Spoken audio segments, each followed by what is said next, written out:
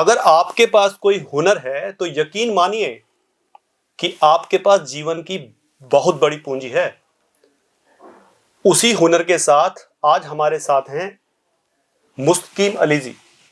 मुस्तकीम अली जी एक सैलून चलाते हैं, उसके साथ साथ एक एकेडमी चलाते हैं और इनकी कई ब्रांचेस हो चुकी हैं दिल्ली के अंदर। और ये इनकी जो शुरुआत हुई है वो एक लड़पुरा गांव है मेरठ में, वहां से इन्होंने स्टार्टिंग की है। और उसके बाद इतनी सारी ब्रांचेस खोलना, उसके बाद एकेडमी चलाना, और वो भी उस एकेडमी को ये जो स्टूडेंट्स को पढ़ाते हैं बहुत ही प्रोफेशनल तरीके से उनको ट्रेनिंग देना, तो ये अपने आप में एक प्रेरणा है। आज हम इनसे बातें करेंगे, तो आपका बहुत बहुत स्वागत है हमारे इस पॉडकास्ट में। थैंक यू सो मच, आपने मुझे बुलाया। जी जी। अच्छा, हमारा ये प्रश्न है आपसे कि जो आपके दिमाग में कब, क्यों और कैसे आया कि आपको सैलून खोलना है, एकेडमी खोलनी है? एक्चुअली मैं जब यहाँ से मैं अपने मेरठ से जब मैं दिल्ली गया था जी, तो मैं यही सोच के गया था कि मुझे सैलून का काम करना है और सैलून में ही कुछ बड़ा करना है। तो सपने शुरू से ही बड़े थे। अब जॉब करी, स्ट्रगल करा काफ़ी, फिर अपना सैलून बनाया छोटा सा, फिर बड़ा सैलून बनाया। अब बड़े बनाते बनाते वेटिंग बढ़ती गई, फिर और बड़ा कर लिया। काफ़ी बड़ा करने के बाद फिर हमने पूरा एक लग्जरी सैलून बना दिया। अब लग्जरी सैलून बनाने के बाद फिर मैंने सोचा यार हमारे सैलून काफ़ी सारे होने चाहिए। तो हमने फिर उसको और बढ़ाया, बिजनेस को अलग अलग जाके ब्रांचेस डाली। ब्रांचेस डालने के बाद बस यहीं से फिर एक माइंड ये सेट हो गया था कि कुछ बड़ा करना है और अपना कुछ नाम करना है। देखो, दो तरह के लोग होते हैं। एक तो होते हैं कि ज़िंदगी भर पैसा कमाना, सिर्फ पैसा ही कमाना। मेरे लिए पैसा ही सब कुछ नहीं है। मेरा शुरू से ये था कि पैसा भी कमाऊँ और नाम भी कमाऊँ। तो बस तब से ही अपना स्टार्ट कर दिया था हमने। लड़पुरा यस, आपके गांव का नाम है, तो जीवन से लड़ने की प्रेरणा आपको अपने गांव से मिली है? यस कह सकते हो, क्योंकि मेरे गांव का नाम लड़पुरा है, तो हो सकता है मुझे जीवन से लड़ने की प्रेरणा वहीं से मिली हो। तो किस तरह से, मतलब आपने पहले ही सोच लिया था कि भाई मेरे को कुछ बड़ा करना है, या जैसे आपने बताया कि मेरी आपसे पहले बात हुई थी कि आप पहले पढ़ते थे, फिर कहीं ना कहीं इस तरह की सिचुएशन आई कि आपको लगा कुछ करना चाहिए? यस, मैं एक्चुअली जब मैं यहाँ अपने गांव में था तो घर की हालत काफ़ी ख़राब थी। तो बस यहाँ से फिर मैं छोड़ के चला गया। मैंने कहा नहीं, मुझे पढ़ाई मैंने बीच में छोड़ी और मुझे जाके काम करना है, कुछ अपने घर के लिए कुछ करना है।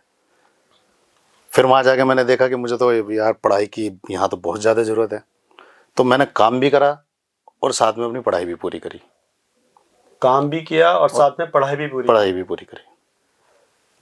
ठीक है। और फिर उसके बाद आपने जब पढ़ाई पूरी की, उसके बाद आपने सोचा कि मुझे सैलून खोलना है, जो आपके दिमाग में आया, फिर आपने सैलून खोला। यस, मैंने सैलून खोला। और ये मेरे पास एकेडमी का बाद में, ये अभी कब से आप एकेडमी चला रहे हैं? मुझे एकेडमी चलाते अभी 1 साल से ज़्यादा हो गया और लगभग कम से कम हमने 1000 के आसपास हमने स्टूडेंट अपने यहाँ से सिखाकर भेज दिए और सभी बहुत अच्छे से काम कर रहे हैं, अच्छे अच्छे ब्रांड में काम कर रहे हैं और बहुत बढ़िया लेवल पर काम कर रहे हैं। तो अधिकतर जितने भी आपके स्टूडेंट्स हैं वो आपकी ही सैलून में काम कर रहे हैं, या किसी ब्रांड के साथ काम कर रहे हैं, या विदेश भी कोई गया है? देखो, काफ़ी उनमें से विदेश भी गए हैं और बहुत सारे उनमें से अच्छे अच्छे ब्रांड में काम कर रहे हैं। किसी ने अपने अपने सैलून खोल लिए हैं।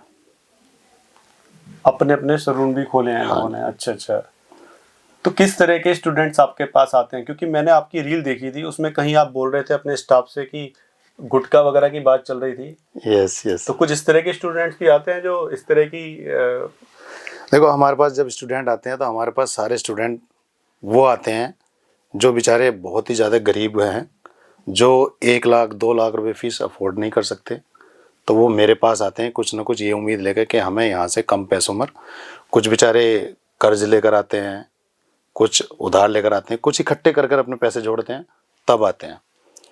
तो उनमें हमारे पास जो स्टूडेंट है वो सारे अपने देसी ठाट में आते हैं, जो जहाँ से जिसकी जो लैंग्वेज है, जो जहाँ जिसका जो तरीका, उस तरीके से वो आते हैं। तो हम उनको सबसे पहले अच्छे से उनको समझाते हैं कि आप एक दिल्ली के अंदर हो और आप एक प्रोफेशनल आर्टिस्ट यहाँ से बन के जाओगे, तो आप एक प्रोफेशनल कोर्स करना आए हो, तो जो भी चीज़ें हम आपको सिखाएंगे वो आपको यहाँ से सीखनी होगी। तो हम उनको सबसे पहले उनका ड्रेसअप, उनका बॉडी लैंग्वेज, उनका बोलने का तरीका, वो सब चीज़ हम उनको सिखाते हैं। आप अपने स्टूडेंट्स को ये भी बोलते हैं कि जब तक शेर अपनी कहानी नहीं लिखेगा तब तक शिकारी ही हीरो कहलाएगा। इसका क्या मतलब है? देखो, वो एक्चुअली क्या है कि जब तक तुम खुद से नहीं उठोगे हाँ, और खुद से ही खुद ठान लोगे कि मुझे कुछ करना है, तब तक आपका कोई साथ देने नहीं आएगा, ना आपको कोई आगे बढ़ा पाएगा, ना आप कुछ कर पाओगे। आपको सिखाने वाले बहुत मिल जाएंगे, आपको मदद करने वाले बहुत मिल जाएंगे, लेकिन आपको अपना आप ठानना होगा कि मुझे कुछ करना है लाइफ में, तभी आप करवाओगे। तो उस वे में वो मैंने ये शेर किया। तो आप स्टूडेंट्स को ये बता दो भाई शेर हो तो Yes. अपनी अपनी जो आप शेर उसको बनो। पहचान लो अपने आप को। शेर बनो। हाँ। आप वो शेर बनो जो किसी भी शिकारी के कब्जे में मत आओ। अच्छा अच्छा, अगर मैं आपके पास बाल कटाने आऊं जी। तो, और मुझे कहीं शादी में जाना है और मैं आपसे कहूं भाई मैं बाल कटा दो लेकिन मेरे गिरने नहीं चाहिए, तो आप उल्टा लटका देते हैं लोगों को? वो तो सिर्फ एक वो एक्चुअली क्या था, एक कंटेंट था। हाँ, वो ऐसे के बहुत सारे क्लाइंट होते हैं ऐसे जो अननेसेसरी क्वेश्चन करते हैं कि अगर आप मैं खाने में बैठोगे और मैं खाने में अगर दारू की बदबू नहीं आएगी तो फिर किसकी आएगी? तो उसी तरह से अगर आप सैलून में आओगे, अगर आप हेयर कट कराना आओगे, अगर आपके एक बाल वहाँ से नहीं लग के जाएगा तो फिर आप क्या लग कर जाएगा आपके? तो एक आध बाल तो लग जाता है। तो जब कोई ऐसा क्वेश्चन करता है तो वहाँ उस कंटेंट में वो बनाया था कि चलो भाई ठीक है ना, उल्टा करके वो सारे बाल फ्लोर पे गिरेंगे, उनके ऊपर नहीं गिरेंगे। तो वो तो सिर्फ एक ऐसे एक कंटेंट बनाया था। नहीं मुझे तो उल्टा नहीं लटकाओगे ना अगर मैं आऊंगा? नहीं सर। अच्छा अच्छा अच्छा, एक बात और पूछनी थी आपसे कि जब कोई बिजनेस करना शुरू करता है, मान लो आपने किसी को सिखा दिया, उसको सैलून अपना चलाना है, तो 3 प्रॉब्लम सबसे पहले आती है। एक प्रॉब्लम होती है पैसे की, उसके बाद पैसे नहीं होते। दूसरा आता है कि आप पब्लिक वहाँ आएगी नहीं आएगी, मतलब उसकी लोकेशन कैसी है। तो इस चीज़ को आप किस तरीके से देखते हैं? मतलब जो आप अपना, जैसे आपकी 6 ब्रांच हैं दिल्ली में चल रही हैं, तो आप ये सब चीज़ पहले से कैसे डिसाइड करते हैं कि भाई ये लोकेशन ठीक है, ये लोकेशन सही रहेगी? अब पैसा तो चलो अब तो आपको प्रॉब्लम नहीं होगी पैसे की, लेकिन जो शुरू में आपने बिजनेस खोला होगा तो आपको पैसे की भी दिक्कत आई होगी बहुत ज़्यादा। तो इसके बारे में थोड़ा बताइए हमें। देखिए, अगर आज के टाइम में अगर आप कहीं पे कोई सैलून खोलना चाहते हो तो सबसे मेन उसके लिए अच्छी लोकेशन होनी चाहिए। अच्छी लोकेशन के साथ साथ आपको अच्छा मैनेज करना भी आना चाहिए। अच्छी मैनेज करने के साथ साथ आपको एक अच्छा स्टाफ भी चाहिए। लेकिन मेरा मानना क्या है कि जब तक आप रिस्क नहीं लोगे तो आपको ज़िंदगी का एक्सपीरियंस कैसे होगा, बिजनेस का एक्सपीरियंस कैसे होगा आपको? तो मैं तो एकदम से रिस्क ले लेता हूँ और मैं खोल लेता हूँ और मेरी किस्मत भी साथ देती है। लेकिन इसमें किस्मत भी होनी ज़रूरी है, आपकी किस्मत भी चाहिए इसमें। तो मेरी तो किस्मत भी ऊपर वाला अच्छी करता है कि अगर मैं कहीं भी बिजनेस करता हूँ तो मेरा माशाल्लाह बहुत अच्छे से चलता है। चल गया, लेकिन वही है, किसी जरूरी नहीं है किस्मत उस सबके साथ ऐसा हो जाए, लेकिन रिस्क लिया जा सकता है। क्योंकि बिना रिस्क के बिजनेस भी फिर नहीं कर सकते। बिना रिस्क के बिजनेस नहीं। अगर आप जब तक रिस्क लेना नहीं सीखोगे तब तक आप बिजनेस नहीं करोगे। मेरा खुद का मानना यह है, मेरे एक दोस्त थे, मैं उनके साथ जाता था तो उन्होंने मुझे एक बात कही थी। मैं उनसे कहता था यार आप इतना खर्चा क्यों करते हो? तो उन्होंने मुझे एक बात कही थी, वो मैंने आज तक मैं अपने माइंड में उस बात को रखता हूँ कि जब तक आप खर्च नहीं करोगे, जब तक आप अपना खर्च नहीं बढ़ाओगे तो आप ज़्यादा कमाने की कैसे सोचोगे? जब आपको पता लग जाएगा कि मेरा खर्चा महीने का 10,000 है, तभी तो आप 20,000 कमाने की सोचोगे। तो इसलिए ज़िंदगी में आपको खर्चा भी करना चाहिए और ज़्यादा से ज़्यादा कमाने की भी सोचनी चाहिए। मैं एक एग्जाम्पल बता रहा हूँ आपको कि हमारे यहाँ पर एक दुकान है जो नाई का काम करते हैं जी। और अच्छा खासा ठीक ठाक उन्होंने अपना पूरा जीवन अपने बच्चे उसी से पाले हैं। लेकिन उनके बच्चे जो हैं वो काम नहीं करना चाहते। वो अमेज़न पे मोटरसाइकिल पर जाकर के सामान ढोने को तैयार हैं, लेकिन कहीं ना कहीं वो नाई का काम करने को तैयार नहीं है। तो आप उनको क्या सलाह दोगे ऐसे लोगों को? मैं तो जो इस स्किल से दूर भाग रहे हैं, जो एक टैलेंट है, एक हुनर है, उससे दूर भाग रहे हैं, जबकि उनका बना बना नेटवर्क भी है ना?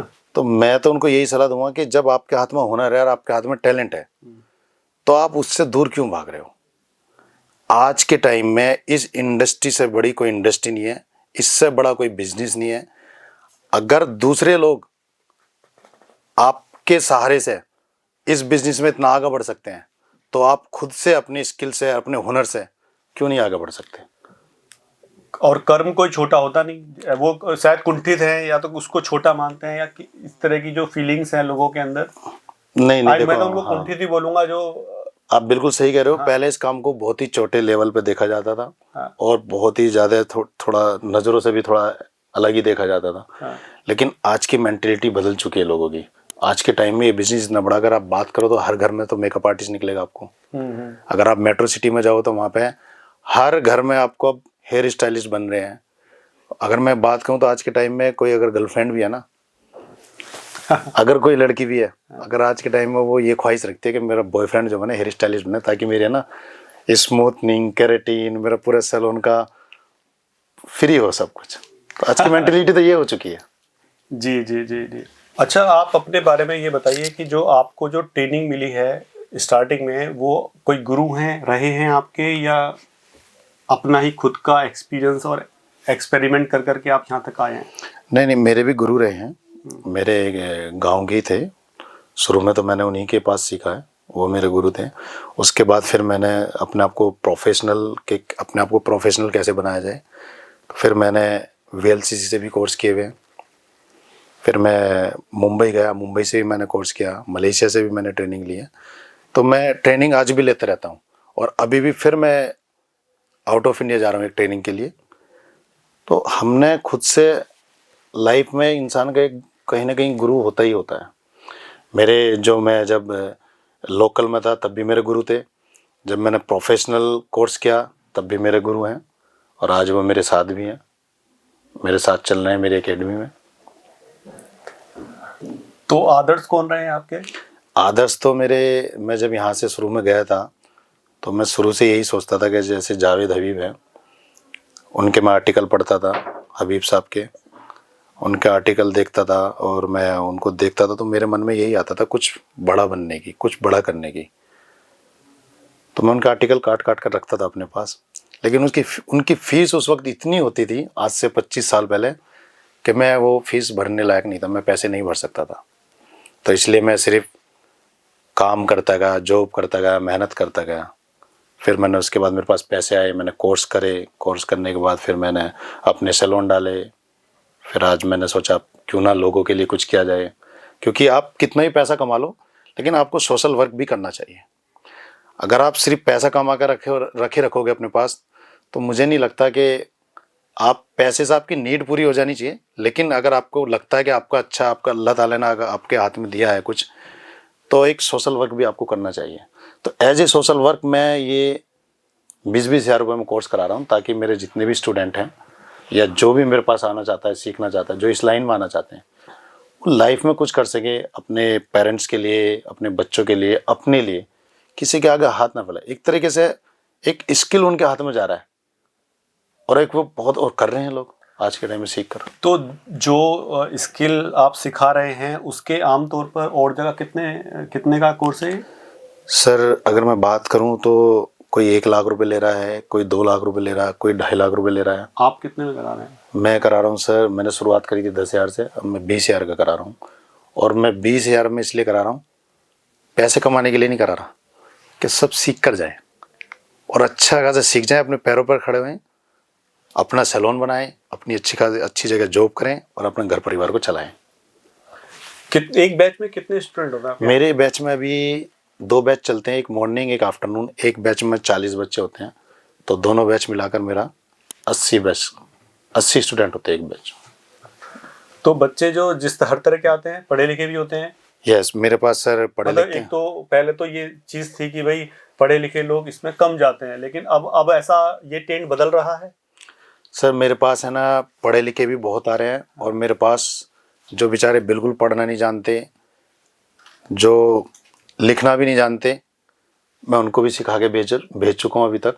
और आगे भी मैं आपके माध्यम से बताना चाहता हूँ कि जो बिल्कुल पढ़ा हुआ नहीं है, लिखना नहीं जानता, वो बिल्कुल भी निराश ना हो। मेरे पास आए, अगर वो इस लाइन में आना चाहते हैं मेरी एकेडमी ज्वाइन करें। मैंने ऐसे कितने ही बच्चों को तैयार करके यहाँ से बढ़िया स्टूडेंट, अच्छे स्टूडेंट बनकर गए हैं, जॉब कर रहे हैं, और आपको ही भेजूंगा। लाइफ में बिल्कुल भी निराश नहीं होना चाहिए कभी भी, क्योंकि जो पढ़ लिख के कर रहे हैं वो तो कर रहे हैं, जो अनपढ़ हैं वो क्या करेंगे फिर। तो मेरा मानना है हम उनको उनके हिसाब से सिखा के भेजते हैं। और मेरी एकेडमी में सबसे ज़्यादा फोकस यही रहता है कि जो बच्चे पढ़े हुए नहीं हैं या अनपढ़ हैं और वो कुछ दिल में तमन्ना लेकर आए हैं कि हमें कुछ बनना है, तो उन पर सबसे ज़्यादा फोकस करके उनको उनके हिसाब से हम सिखा के भेजते हैं, जिस तरीके से वो समझ सकते हैं। फिर भी थोड़ा कुछ अंतर उनमें दिखाई देता है, जो थोड़े पढ़ के आते हैं, हाँ, पढ़े लिखे होते हैं, कुछ वैसे उनमें कुछ अंतर है? जब सब शुरू में वो आते हैं तो बहुत अंतर दिखाई देता है, लेकिन जब वो कोर्स करके निकलते हैं तो वो सिमिलर बढ़िया बन के जाते हैं, क्योंकि उनके हाथ में कला आ जाती है, एक आर्ट आ जाता है उनके हाथ में, और वो बोलना भी सीख जाते हैं। इस स्किल में सबसे मेन चीज़ है कि आपको क्लाइंट से बात करनी आनी चाहिए, आपको एक्सप्लेन करना आना चाहिए, वो हम उनको सिखा के भेजते हैं।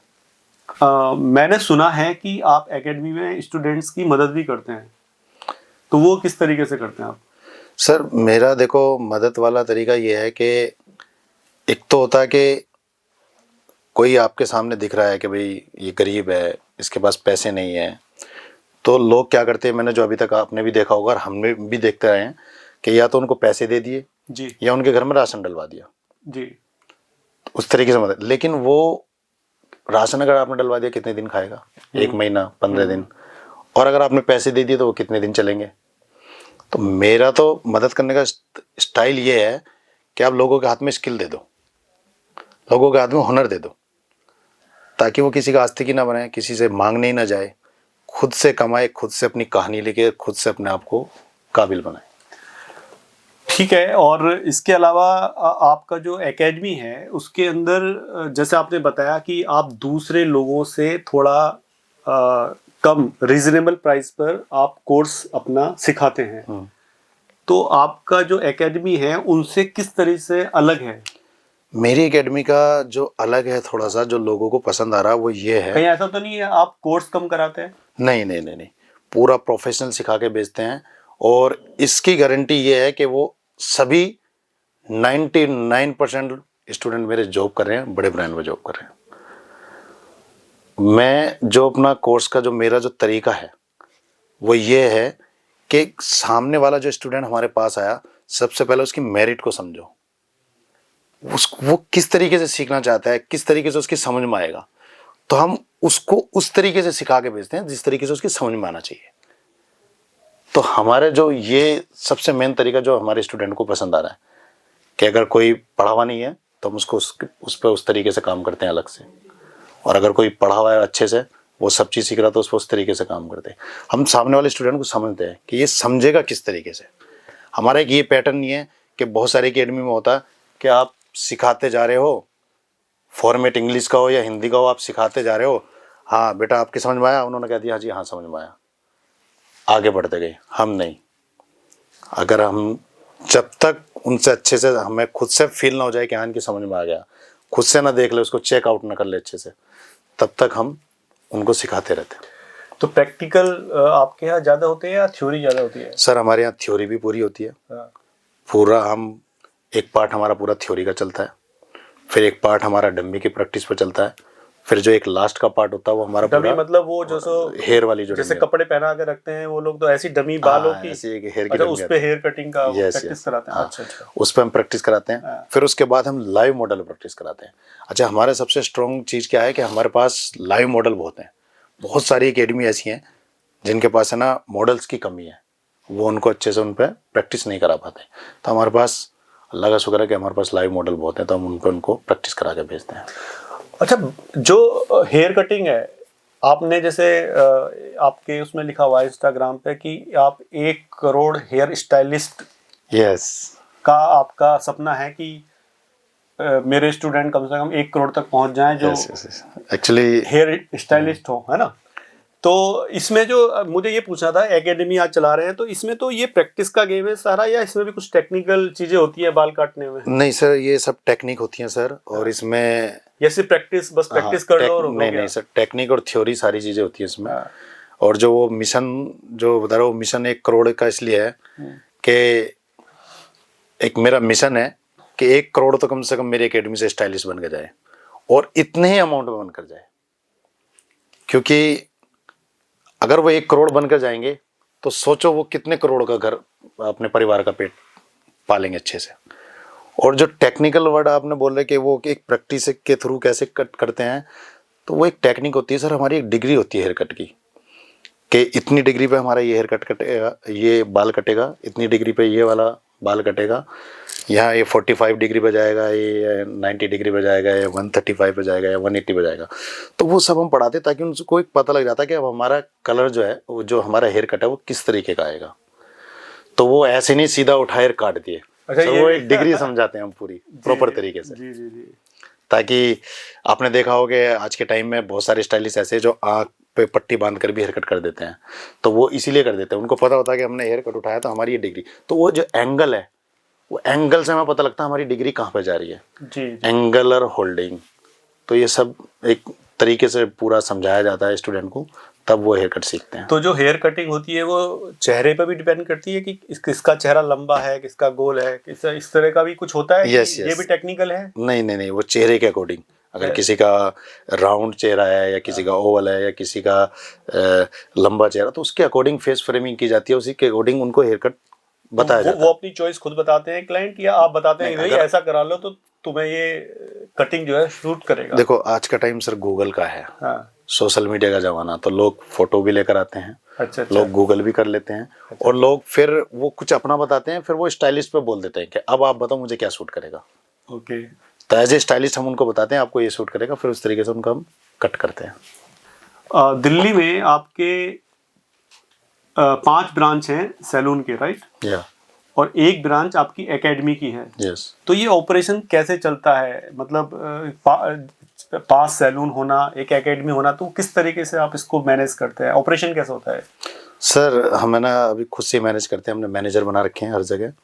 मैनेजर बना के हम खुद भी विजिट करते हैं, और खुद विजिट करने के बाद फिर हम उसको सब कुछ चेक करते हैं। मतलब एक हमने एक सिस्टम बना रखा पूरा।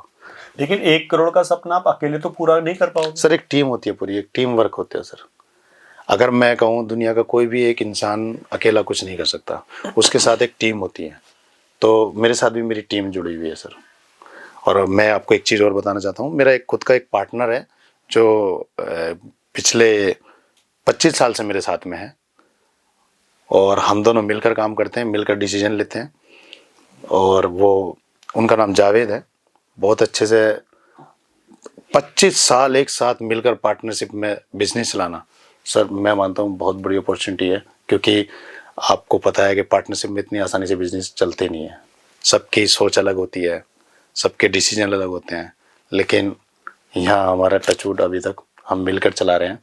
अगर मैं कहीं 1 रुपये की बात करता हूँ कि इन्वेस्ट करना या 1 रुपया कहीं लगाना, तो मैं 50 पैसे उसके रख कर चलता हूँ। लेकिन अगर आपको दूसरे शहरों में भी अपनी कुछ ब्रांचेस खोलनी हो, तब कैसे करोगे आप? सर हम एज ए जैसा कि फ्रेंचाइजी, आपका सपना है जी हाँ, सर हम अब फ्रेंचाइजी मोड पाएंगे। अब सर हम आगे फ्रेंचाइजी देना शुरू करेंगे। फ्रेंचाइज देना शुरू? हाँ जी। ठीक है। और जो आपका जो एकेडमी है उसके सबसे ज़्यादा पॉपुलर कोर्सेज कौन कौन से हैं? Sir basic to advance hair and chemical सबसे हमारे जो पॉपुलर कोर्स हैं। क्योंकि हम स्टूडेंट से कहते हैं जो इस इंडस्ट्री में आना चाह रहे हैं, जो पहले से ही हैं, जो जेंट्स हैं वो जेंट्स का हेयर कट करते हैं, तो हम उनको कहते हैं कि आप अपने सैलून को यूनिसेक्स में कन्वर्ट करो, आप अपने आप को यूनिसेक्स में कन्वर्ट करो, उसमें बर्थ बहुत ज़्यादा है। तो उनको हम 0 से एडवांस तक सिखाते हैं। क्योंकि मेरा मानना यह है कि 1 महीने में 15 दिन में कोई नहीं सीख सकता, कम से कम 3 मंथ उनको चाहिए। तो हम 3 मंथ में उनको हम 0 से एडवांस तक सिखाते हैं, ताकि वो अपने आप को अगर जेंट्स आर्टिस्ट हैं तो अपने आप को यूनिसेक्स में कन्वर्ट कर सकें। और अगर वो कुछ भी नहीं है, वो सिर्फ एक आकर आर्टिस्ट बनना चाहते हैं, स्टाइलिश बनना चाहते हैं फीमेल्स के, तो हम उनको 3 महीने का कोर्स कराते हैं, उसमें उनको स्टाइलिश बना देते हैं। क्या आपको लगता है कि पर्याप्त और सही ट्रेनिंग की कमी चुनौती है? यस सर, इस लाइन में बिल्कुल सर। क्योंकि अभी तक क्या थी मेंटेलिटी, जितने भी अगर कोई जेंट्स आर्टिस्ट काम कर रहे हैं, उनकी भी, और जो नए इसमें आना चाह रहे हैं उनकी भी, तो वो ये सोचते थे कि भाई हम किसी सैलून में लगा दें तो वहाँ पे काम करते रहेगा, एज ए हेल्पर करेगा, तब सीख जाएगा। लेकिन सर नहीं सीख पाते। वो लोग क्या करते हैं, उनको वहीं एज ए हेल्पर ही बना कर रखते हैं और उनको नहीं सिखा पाते पूरा। तो मेरा मानना ये है कि अगर बिजनेस टाइकून बनना है, बिजनेस टाइकून आपको बनना है तो आपको एकेडमी चुननी पड़ेगी, आपको एकेडमी में आना पड़ेगा, क्योंकि वहाँ प्रॉपर एक एम्बियंस यही होता है कि आपको स्टार्टिंग से पूरा सिखाया ही जाता है। मतलब आप उन्हें स्किल ही नहीं सिखा रहे हैं, बाकी आप ये भी सिखा रहे हैं कि हाउ टू बिजनेस, कैसे बिजनेस करना है। हम तो अपनी एकेडमी में उनको रील्स बनाना भी सिखाते हैं कि सोशल मीडिया का जमाना, आप रील्स पे बोलो, हम उनको बुलवाते हैं कि आप बोलो इस तरीके से ताकि आपका कॉन्फिडेंस बढ़े। आपको आगे जाके खुद से भी रील्स बनानी है सोशल मीडिया पे, तो हम उनको सैलून मैनेजमेंट, सैलून कैसे चलाना होता है वो भी हम उनको सिखाते हैं। आपको सोशल मीडिया पर कैसे बोलना चाहिए वो भी हम उनको सिखाते हैं। आपको किस तरीके से क्लाइंट से बिहेव रखना चाहिए, अपने एक्सप्लेन कैसे करना चाहिए वो भी हम उनको सिखाते हैं। अच्छा ये बताइए कि महिलाओं के लिए ये जो ब्यूटी सेक्टर है, ये सेफ है, स्ट्रॉन्ग है, सुपर स्ट्रॉन्ग है, क्या है? सर सुपर स्ट्रॉन्ग, क्योंकि आज के टाइम में ऐसे मेरे बहुत ज़्यादा नॉन में है कि जिन महिलाओं ने अपने हस्बैंड को अपने इस ब्यूटी सेक्टर से ही गाड़ियाँ गिफ्ट की हैं, घर गिफ्ट किए हैं। तो आज के टाइम में तो ये इतना ज़्यादा सुपर स्ट्रॉन्ग मैं मानता हूँ कि हर घर में से मेकअप आर्टिस्ट बन के निकल रहे हैं और अच्छा बिजनेस कर रहे हैं, अच्छा कमा रहे हैं। आज के टाइम में एक मेकअप आर्टिस्ट की सैलरी अगर आप बात करो तो 1 से 1.5 लाख तक पहुँच रही है सर। अगर वो अपना सैलून अगर वो अपना खुद से मेकअप स्टूडियो खोल रहे हैं या सैलून खोल रहे हैं, घर के नीचे, ऊपर वो रह रहे हैं, घर के नीचे उन्होंने खोल लिया, तो आप घर पे ही बैठ के अपना अच्छा बिजनेस कर रही हैं। एक नया स्टूडेंट के लिए आप क्या सलाह देंगे? फिर भी मैं थोड़ा वैसे पूछ रहा हूँ कि एक नया कोई स्टूडेंट अगर आपके पास आता है तो उसके आने से पहले आप कोई सलाह देना चाहेंगे? यस, मैं उनको ये सलाह देना चाहता हूँ कि अगर आप अपने घर से किसी भी तरीके से अपने आप पैसे जोड़कर या आप अपने माँ बाप के पैसे लेकर अगर आप हमारे पास एकेडमी में कोर्स करना आ रहे हो, तो सबसे मेन ये है कि आप 3 महीने तक अपने आप को, उस 3 महीने तक सिर्फ अपने आप को कोर्स के दौरान कोर्स में ही डुबा दो। यानी कि उसमें अपने आप को पूरा इस तरीके से सेट कर लो कि मुझे इस 3-4 महीने तक कुछ नहीं देखना, कुछ नहीं करना, सिर्फ और सिर्फ अपने काम पर फोकस रखना। मुझे सिर्फ कोर्स करना है और कोर्स सीखकर मुझे आगे कुछ बनना है, ताकि मैं अपने बाप के पैसे, अपने माता पिता के पैसे भी लौटा सकूं और उनको एक बढ़िया सा उनको खुश कर सकूं अपनी तरफ से। अच्छा एक बात और बताइए, जो सोशल मीडिया पर आजकल काफ़ी रील्स चलती हैं, तो ये एक तरह से आपके ऊपर प्रेशर रहता है कि आपको रील बना करके उनको वायरल करना है अपनी रील बना के, या ये एक बिजनेस बूस्टर है कि इससे बिजनेस को फ़ायदा होता है, या ये प्रेशर बन गया है एक बिजनेसमैन के लिए? सर बूस्टर और प्रेशर दोनों। अच्छा। बूस्टर इसलिए क्योंकि इससे बिजनेस मिलता है। अच्छा। और प्रेशर इसलिए क्योंकि सोशल मीडिया में सबको खुश रखने के लिए डेली रील्स भी डालनी होती है। अच्छा, मैंने आपकी एक वीडियो देखी थी जी। उस वीडियो में आप एक छोटा सैलून है पहले स्टार्टिंग में, उसके बाद आप एक मर्सिडीज गाड़ी से आ रहे हैं, कुछ बॉडीगार्ड्स पीछे आ रहे हैं, तो ये समझ मतलब थोड़ा बताएंगे इसके बारे में? एक्चुअली वो एक कंटेंट था, वो एक लाइफ का है ना, रियल कंटेंट था। जब मैंने स्टार्ट किया था तो मैं ऐसे ही कोई बैठे हुए थे क्लाइंट, तो मैंने उनसे पूछ लिया कि आपकी गाड़ी, भाई आपने ये जो गाड़ी ली है कितने की ली है? मैं वो कहने लगे क्यों? मैंने कहा मुझे भी खरीदनी। तो उनका ये कहना था, उन्होंने मुझे जवाब दिया कि भाई आप इस लाइन से है ना पेट पाल सकते हो, ये गाड़ियाँ नहीं खरीद सकते। यानी कि उनका सीधा कहना था लाखों के सपने नहीं देख सकते। तो मुझे थोड़ा सा बुरा लगा उस वक्त, तो वही मैंने कंटेंट वो रियल में बना के दिया कि देखो उस वक्त मुझे किसी ने ऐसे बोला था और आज देखो, आज मेरे पास गाड़ी भी काफ़ी सारी हैं और मेरे पास माशाल्लाह बिजनेस की किसी चीज़ की कमी नहीं है। तो एक लोगों को एक कंटेंट दिखाया था कि आप कभी भी ज़िंदगी में हिम्मत मत हारना। अगर आप कोई कितना ही कोई आपको डीमोटिव करे, लेकिन आपको हिम्मत नहीं हारनी। आपके जो सपने हैं उस सपने की दिशा में आप काम करते रहो और आगे बढ़ते रहो। तो आपने अपनी कहानी खुद लिख दी है बस मैंने क्या लिख दी जी, मैंने तो मेहनत करी है। तो मैं तो सबको ये कहता हूँ, मेहनत करो, कहानी खुद पे खुद लिखती चली जाएगी। अच्छा, आपने कभी किसी ऐसा हुआ है कोई सेलिब्रिटी आया हो आपके यहाँ, वहाँ पर आपके कितने सर कई बार ऐसा होता है, कई बार इतने सेलिब्रिटी हमारे से काम करके चले जाते हैं, हमें बाद में पता लगता है कि ये सेलिब्रिटी थे। अच्छा अच्छा। तो हमें इतना पता नहीं होता, क्योंकि हम है ना, हर कस्टमर को सेलिब्रिटी हो या नॉन सेलिब्रिटी हो, हम सबको एक ही आंखों से देखते हैं कि उनका काम अच्छा होकर जाए बस। ठीक है। अब कभी कभी जितने भी क्लाइंट्स आते हैं, खास तौर से जो जेंट्स होते हैं, वो कौन से हीरो का स्टाइल ज़्यादा पसंद करते हैं या उनके अपने अलग स्टाइल हैं? सर आज के टाइम में था ना, सबके अपने अपने स्टाइल है। अच्छा। और मैं देखो, सबसे मेन चीज़ तो यह है कि आपको अपने अकॉर्डिंग जो स्टाइल सूट करना चाहिए वो रखना चाहिए। आप किसी को फॉलो कर रहे हो कि मुझे इस तरह का स्टाइल रखना है, आपका हेयर टेक्सचर अलग है, उनका हेयर टेक्सचर अलग है, तो सेम स्टाइल नहीं बनता। जो आपके फेस के अकॉर्डिंग आपको सूट करे, आपकी पर्सनैलिटी के हिसाब पर से। ये आपके लिए चैलेंजिंग होता है कि हमको भाई उस तरह से इसका हेयर स्टाइल बनाना है जैसा ये कह रहा है, लेकिन उसको सूट नहीं करेगा, तो ये आपके लिए चैलेंजिंग होता यस है? यस, बहुत चैलेंजिंग होते हैं। अभी मेरे पास एक गुड़गांव से मुझे किसी ने व्हाट्सअप करा कि मुझे ये हेयर स्टाइल चाहिए। हाँ। तो मैंने उनसे कहा कि आप मुझे अपनी हेयर की पिक भी भेजो। हाँ। तो उन्होंने अपनी हेयर की पिक भेजी, उनकी अलग डिफरेंट है। हाँ। तो फिर भी उन्होंने कहा जी मुझे ये चाहिए। तो हमने कहा चलो ठीक है, हम करके देंगे, क्योंकि बहुत चैलेंज होता है। और लेकिन जब आप इस फील्ड में काम कर रहे हो तो आपके वो चैलेंज आपके लिए ईजी हो जाते हैं। ठीक है। अच्छा, एक क्वेश्चन ये है कि मेरे जो बाल है ना, ये सीधे हैं, जी। और अगर मैं इन्हें छोटे करा देता हूँ तो मेरे बाल ऐसे खड़े हो जाते हैं, और अगर मैं इन बालों को बड़ा करना चाहता नहीं हूँ, तो क्या ये है कि छोटे बाल मेरे घुंघराले हो जाएं? नहीं, एक्चुअली छोटे बाल तो नहीं घुंघराले हो सकते, लेकिन हाँ, जो अगर आप बड़े बाल करते हो और बड़े करने के बाद वो आपके स्ट्रेट हो जाते हैं तो उनको घुंघराले आराम से हो जाएंगे, वो करली हेयर हो जाते हैं। और आज के टाइम में है ना, ये ट्रेंडिंग है। आज के टाइम में इतने ज़्यादा करली हेयर चल रहे हैं कि अगर मेरे पास तो इतनी दूर दूर से लोग आ रहे हैं कराने करली हेयर के। महाराष्ट्र से मेरे पास आ रहे हैं, सूरत से मेरे पास आ रहे हैं, जयपुर से मेरे पास आ रहे हैं, कानपुर से मेरे पास आ रहे हैं, मेरठ से मेरे पास जा रहे हैं, सोनीपत, बागपत, पता नहीं कहाँ कहाँ से मेरे पास आ रहे हैं करली हेयर कराने के लिए। मैं उनसे पूछता हूँ कि आपके उधर नहीं है क्या? वो कहते हैं इधर कोई करता ही नहीं है, मना कर देते हैं। तो आपके भी करली हेयर आराम से हो जाएंगे, आप आइए, आपके करली हेयर कर देंगे।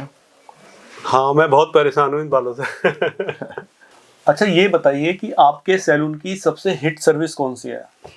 सर अगर आप बात करूं आज के टाइम की, तो मेरी सबसे ज़्यादा हिट सर्विस मेरे सैलून की सिल्क प्रोटीन थेरेपी है, जो आज के टाइम में काफ़ी ज़्यादा हो भी रही है और वायरल भी चल रही है। मेरे रील्स भी वायरल हो रही हैं और बहुत ज़्यादा मेरे पास उसकी अपॉइंटमेंट भी आ रही हैं। ये क्या और है, बहुत थोड़ा ज़्यादा बताइए इसका। सिल्क प्रोटीन थेरेपी एक यानी कि एक ट्रीटमेंट है। जो लोग पहले स्मूथनिंग कराकर हेयर स्ट्रेट कराते थे, तो वो अब सिल्क प्रोटीन थेरेपी के ज़रिए स्ट्रेट हेयर भी हो जाते हैं उनके, बाल सिल्की भी हो जाते हैं उनके, स्मूथ भी हो जाते हैं और हेल्दी भी हो जाते हैं। ठीक है।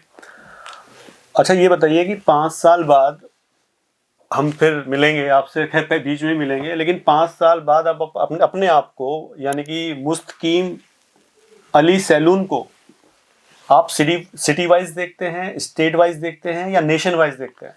Sir nation wide. और मैं सैलून ही नहीं, मैं अपनी एकेडमी भी, जो मुस्तकीम सैलून एकेडमी है, मैं चाहता हूँ वो पूरे नेशन वाइड हो, और हमारा इस पर काम भी चल रहा है। अच्छा, ये बताइए कि जो ब्यूटी इंडस्ट्री है, या ब्यूटी सेक्टर बोलेंगे इसको, क्योंकि आजकल तो बिजनेस ही है जी। तो ये जो इसका जो फ्यूचर है वो ब्राइट है, सुपर ब्राइट है, या मतलब ये सुपर ग्लैमरस है क्या? Sir super glamorous. हाँ। क्योंकि ये बिजनेस अगर आप देखो तो हर एक इंसान से शुरू होता है। आप हो, मैं हूँ। मुझे भी अपना हेयर कट कराना होता है, मुझे भी अपने फेस पे कुछ कराना होता है, आपको भी कराना होता है। और जो घर में हमारे माँ बहन है हमारी, उनको भी कहीं ना कहीं मेकअप, फेशियल, वैक्सिंग सब कराना होता है। तो इसलिए मैं इसको सुपर ग्लैमरस मानता हूँ। अच्छा, इस लाइन में जो युवा मेहनत कर रहे हैं, आपके यहाँ सीख रहे हैं, या कहीं भी इस लाइन में है, तो उन युवाओं को आप क्या संदेश देना चाहेंगे? उनके लिए मेरा संदेश यही होगा कि नींद में सपने ना देखें, खुली आंखों से सपने देखें और मेहनत करते रहे और उनको पूरा करें। इंशाल्लाह ज़रूर पूरे होंगे एक दिन। तो दोस्तों, ये थे मुस्तकीम अली। इन्होंने हमारे साथ इनका जो संघर्ष रहा है, जो सफ़र रहा है, जो इनकी जो अनुभव रहा है, उसको इन्होंने हमारे साथ शेयर किया है। और मुझे ऐसा लगता है कि कोई भी कर्म छोटा नहीं होता, कर्म कर्म होता है। और जिस पोजीशन पर आज ये हैं, मैं कहता हूँ ये एक बिजनेस टाइकून ही है, क्योंकि कहीं ना कहीं इन्होंने जो एक छोटे से गांव से निकल कर के ये दिल्ली तक गए और दिल्ली में जाकर के आज इनके पास 5-5 सैलून हैं, एकेडमी है, और उसकी ये फ्रेंचाइज भी आगे ये बात कर रहे हैं कि उनकी फ्रेंचाइज हम आगे देंगे। तो ये काम इतना आसान नहीं है, लेकिन ये इतना ज़्यादा प्रेरणादायी है। हमें इस काम इनके जो भी इन्होंने बताया उससे इतनी प्रेरणा मिली है, मुझे तो खास तौर से बहुत प्रेरणा मिली है। तो आपका हमारे पॉडकास्ट में आए, आपका बहुत बहुत धन्यवाद। Thank you so much. और मैं आपका भी शुक्रगुजार हूँ और आपकी पूरी टीम का कि आपने मुझे यहाँ बुलाया, और मुझे बहुत अच्छा लगा यहाँ पे। और इंशाल्लाह फ्यूचर में भी अगर आगे मौका मिलेगा तो मैं यहाँ पे ज़रूर आऊँगा।